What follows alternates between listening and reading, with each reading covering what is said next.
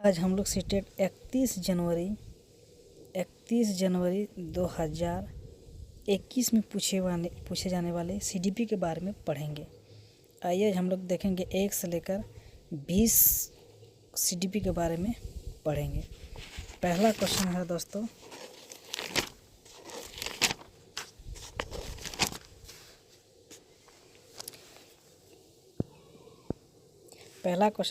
कक्षा में अर्थपूर्ण अधिगम को प्रोत्साहित करने के लिए अध्यापिका को क्या चाहिए। पहला ऑप्शन, विद्यार्थियों की सहायता करनी चाहिए कि वे अपने मनोभावों और अभिप्रेरणों को सुव्यवस्थित कर पाएँ। विद्यार्थियों को उनके प्रदर्शन आधार पर वर्गीकृत और नामांकित करके उनके योग्यता आधारित समूह बनाना चाहिए। विद्यार्थियों में संवाद और परिचर्चा को प्रोत्साहित करना चाहिए, जिससे वह परिप्रेक्ष्य करने में सशक्त हो। कक्षा में विविधता की उपेक्षा करके शिक्षक की मानक विधि को अपनाना चाहिए। तो इनमें से कौन ऑप्शन सही है दोस्तों? इनमें से ऑप्शन 1 और ऑप्शन 3 सही है दोस्तों। इनमें से ऑप्शन 1 और ऑप्शन 3 सही है, यानी ऑप्शन 3 सही है दोस्तों। ऑप्शन 3 सही है।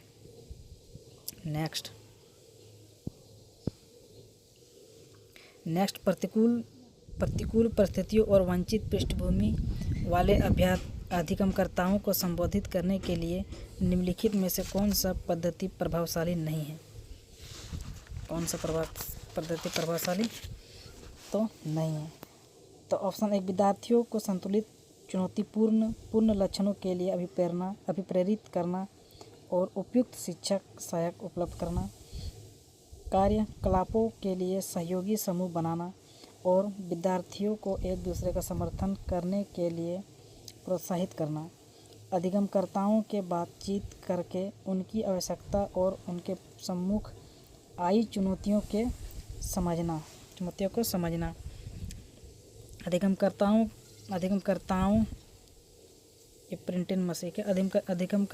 को विद्यालय के बाहर ट्यूशन पढ़ने के लिए कहना, जिससे कि अध्यापक को उन पर अधिक ध्यान न देना पड़े। तो इसका सही आंसर होगा दोस्तों, ऑप्शन 4। इसका सही होगा ऑप्शन 4। नेक्स्ट, बच्चों के अधिगम में शरीर स्वस्थ और संवेगिक अवस्था क्या है? क्या बच्चों का अधिगम और शारीरिक स्वस्थ और संवेगिक अवस्था है? का कोई आपसी संबंध ना हो? का भूमिका नगण्य है? का कोई प्रभाव नहीं होता? कि एक महत्वपूर्ण भूमिका है? इनमें से सही ऑप्शन होगा दोस्तों ऑप्शन 4।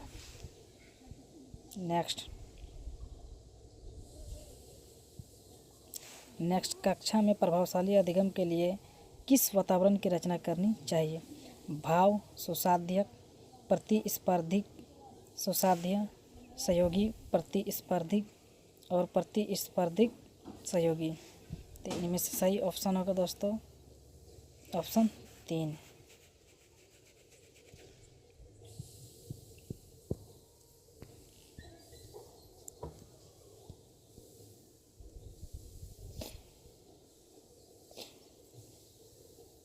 नेक्स्ट, कौन सा उदाहरण विद्यार्थियों को अधिगम के लिए अभिप्रेरित करने के लिए प्रभावशाली पद्धति है?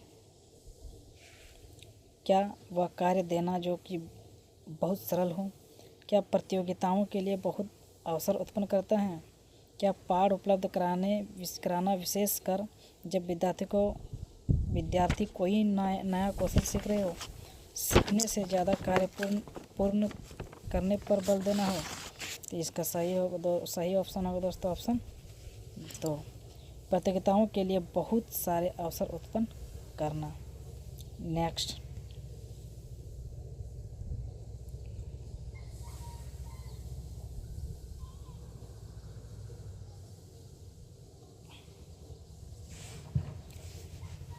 बच्चों के चिंतन के विषय में निम्नलिखित में से कौन सा कथन सही नहीं है? Option 1, option 2, option 3, option 4। तो इनमें से सही कौन सा कथन नहीं है? बच्चे अपने आसपास के विविध घटना के बारे में सक्रिय पूर्वक समझते हैं और उनमें अन्वेषण मतलब छीन-बीन का लालसा होती है। बच्चे अपने आसपास के वस्तुओं को जानने के लिए जन्मजात जिज्ञासु होते हैं। बच्चे अपने आसपास की विविध घटनाओं के बारे में स्वयं अपने सिद्धांतों की रचना करते हैं। बच्चे प्रत्ययों को स्वयं नहीं सोच सकते हैं और अध्यापक की मूल भूमिकाओं उन्हें जानकारी उपलब्ध कराना। तो इनमें से सही ऑप्शन होगा दोस्तों ऑप्शन 4। बच्चों प्रत्येक को स्वयं नहीं सोच सकते और अध्यापक की मूल भूमिकाओं उन्हें जानकारी उपलब्ध कराना।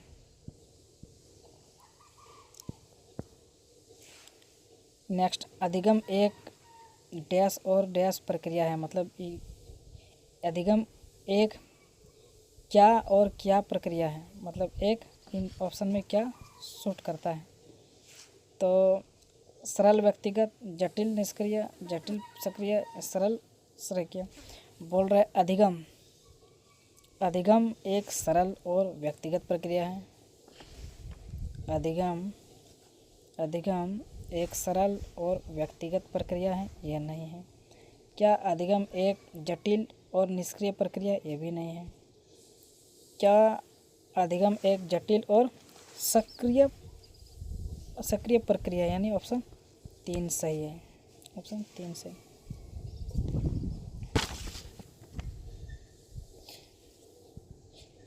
नेक्स्ट, अपनी कक्षा में अर्थपूर्ण अधिगम को सुसाध्य बनाने के लिए अध्यापिका को अपनी कक्षा में सामाजिक, सांस्कृतिक, धार्मिक और भाषाई विविधता को किस नज़र से देखना चाहिए। ऑप्शन 1 समझना, अनदेखा और टालना। तो इसका सही उत्तर एक ही होगा दोस्तों, समझना। इसका उत्तर एक ही होगा, समझना। ऑप्शन 1 समझना, यही होगा ऑप्शन, समझना। ऑप्शन 1 समझना, इसका सही उत्तर होगा समझना।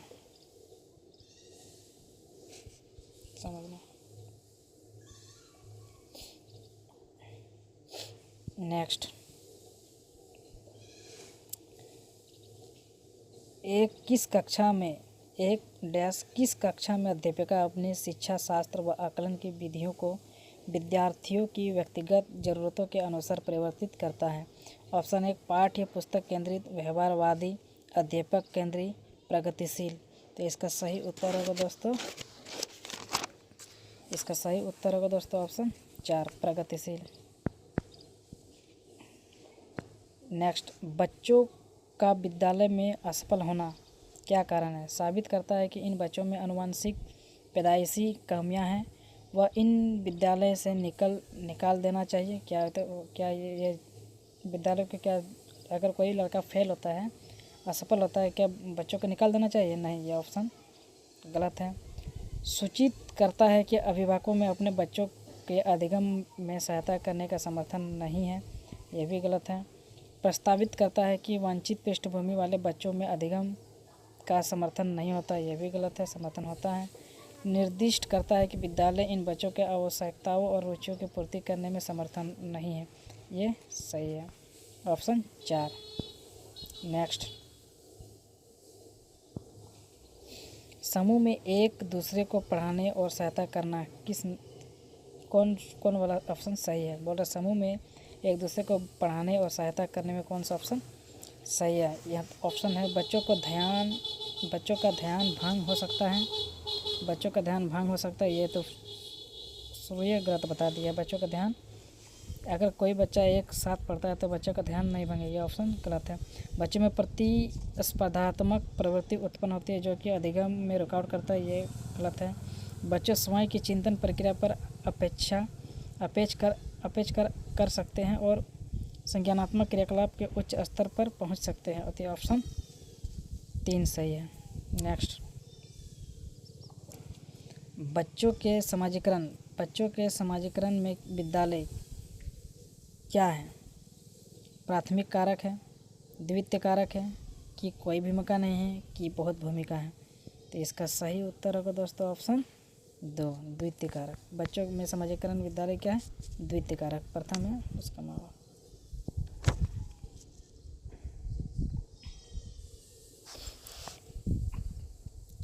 नेक्स्ट, किस मनोवैज्ञानिक ने प्रस्तावित किया है कि बच्चों का चिंतन गुणात्मक रूप से वयस्कों की अपेक्षा अलग होता है? किसने कहा? हार्वर्ड गार्डन ने, लॉरेंस कोहलबर्ग ने, जीन पियाजे ने, लेव वाइगोत्स्की ने। तो इसका सही उत्तर होगा दोस्तों ऑप्शन 3, जीन पियाजे ने बोला था। नेक्स्ट,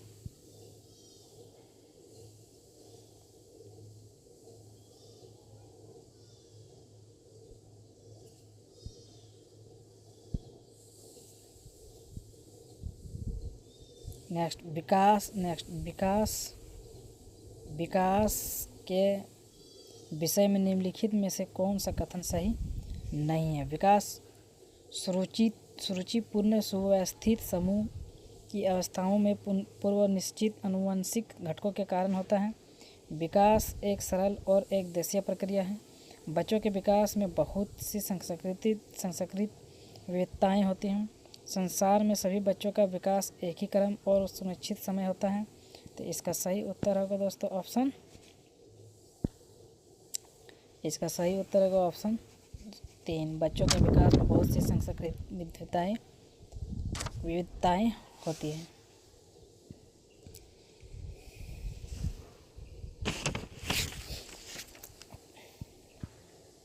नेक्स्ट, निम्नलिखित में से मध्य बाल्यावस्था की अवधि का मुख्य प्रमाणित चिन्ह कौन सा है? पेशी कौशल और समग्र शारीरिक वृद्धि का तेज से विकास, वैज्ञानिक तर्क और अमूर्त रूप से सोचने की क्षमता का विकास, प्रतीकात्मक खेल का उभरना, तर्क संगत विचारों का विकास जो कि प्राकृतिक रूप से मूर्त हो। तो इसका सही उत्तर होगा दोस्तों ऑप्शन 4, तर्क संगत विचारों का विकास जो कि प्राकृतिक रूप से मूर्त है।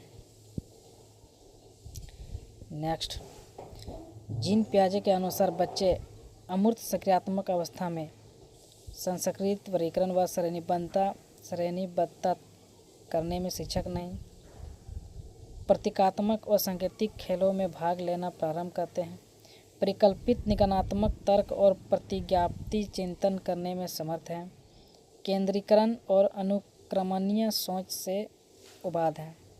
तो इसका सही उत्तर होगा दोस्तों ऑप्शन 3, परिकल्पित निगमनात्मक तर्क और प्रतिज्ञात्मक चिंतन करने में समर्थ हैं।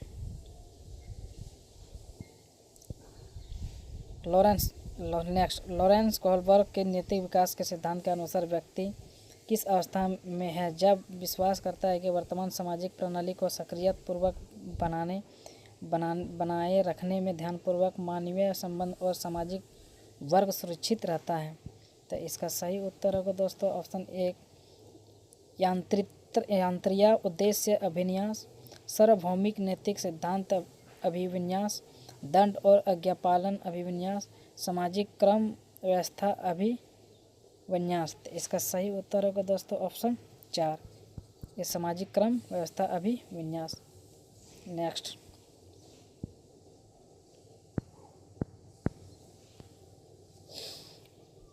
बाल्यावस्था की अवधि में विकास में केवल परिमाणात्मक परिवर्तन होते हैं, अनियमित और असंबद्ध होता है, धीमी गति से होता है एवं उसे माप नहीं जा सकता, बहुत स्तरीय और मिश्रित होता है।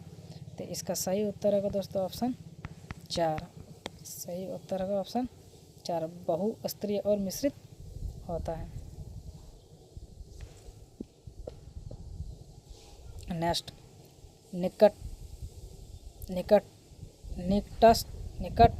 निकटस्थ विकास का क्षेत्र क्या है?